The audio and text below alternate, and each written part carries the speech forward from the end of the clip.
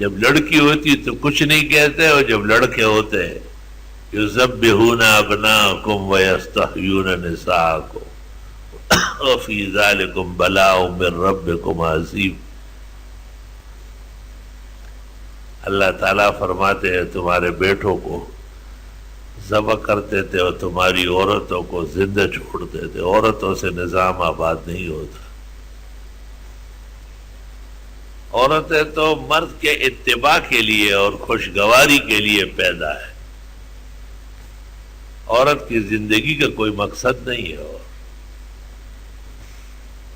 پاک دامن رہے اور اپنے خاوند کی اطاعت کرے۔ وہی عورت کا یا گور ہے اور یا گر ہے۔ اس سے آگے جب عورت قدم رکھتی ہے تو پھر وہ عورت نہیں رہتی ہے، پھر خنثی مشکل بن جاتی ہے۔ عجب سا زمانہ ہے، اور مردانہ زنانہ ہے اور زنانہ مردانہ۔ خواجہ عزیز الحسن مجذوب نے کشکول میں رونا رویا ہے۔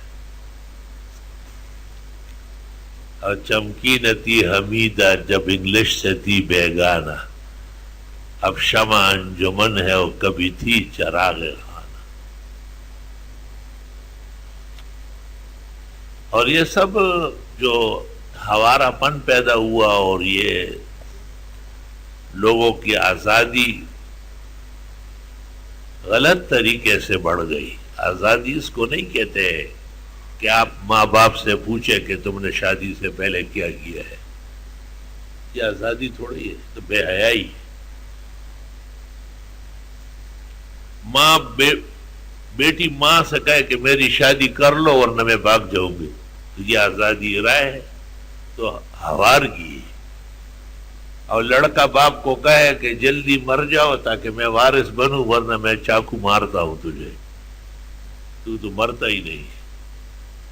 تو یہ حقوق کا طلب نہیں ہے، یہ بے حیائی ہے، سرچڑی ہے، بدتمیزی ہے، بد تہذیبی ہے۔ حیا غیرت انبیاء کے طور طریقوں سے دوری ہے، اور سزا ہے، پکڑ ہے۔